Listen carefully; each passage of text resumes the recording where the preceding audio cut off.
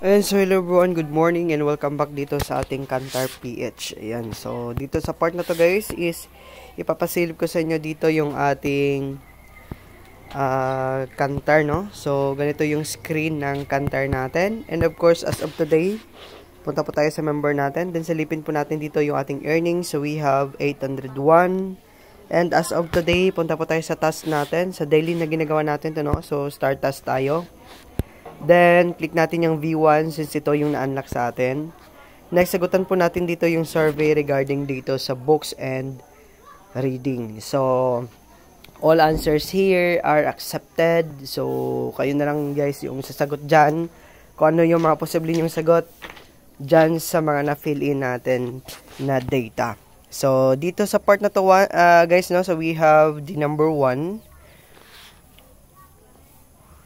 Okay, so I think this question is answered by yes or no. Okay, next number 2 is okay, so the basic answer is kung ano lang yung sasagap sa isip mo, ganun lang yun. So, quality. Okay, bookshelf, then another one is book collection. So, ganun na lang.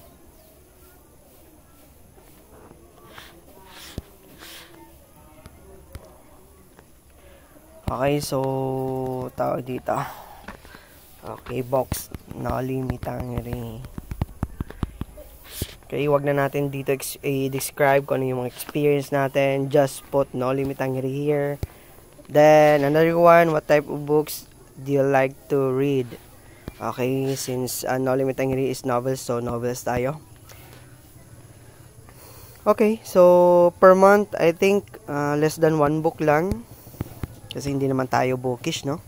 So, personal interest and hobbies, learning, educational purposes. So, double check nyo yan kung anong gusto nyo. Kung ubusin nyo, hala, sige, ubusin nyo yan. Next. So, pwede tayo dito magbasa ng, okay, online bookstore, Lazada, and etc. Then, after that, then click submit, no? Okay, so dito na guys, sa ating part, tapos po natin dito yung task natin, daily task natin, no? So, ito yung ginagawa natin daily. So, click natin yung completed na yan.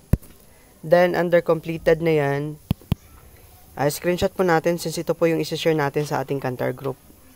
So, pag once na tapos na kayo, screenshot nyo, then ito yung isi-share ninyo sa Kantar group natin. So, ganun lang yung mga ready, no, na ginagawa natin, no? Mga ready-made na ginagawa natin dito. Daily routine, no, na ginagawa natin dito. So, dito meron tayo ditong small group dito sa Facebook natin. So, type lang po natin dito yung Kantar, then i-share po natin dito yung ating share screenshot sa ating mga invite. So, then sabihin mo done tasking or answering survey. Yan, ganun lang kadali guys ang pag-manipulate dito ng Kantar. So, kung may mga question ka regarding dito sa ating investment, just click the description box. Nandyan po yung link natin, no? Then, kung may mga gusto nyong tawag dito, kung gusto nyong pag-aralan yung ating Kantar, so pwede din dyan, may website din dyan guys. Pwede nyong tingnan yung website niya. Then, kung gusto nyo man ako kausapin regarding our investment, kung plano mag-invest dito or mag-join dito sa ating Kantar, just PM me. Ang ating link ay nasa description box lang ng ating video. Then after that, meron po tayo ditong WhatsApp guys na dito natin isa-send sa ating group later, no? Pag once na open na yung group natin, dito po siya natin isa-send yung ating task complete. So, hindi naman siya required na magsasend ka araw-araw. Kung ano lang yung bakante mo na time, for example, today, bakante tayo, so pwede natin yan isend later. Pag once na yung official group natin ay open na.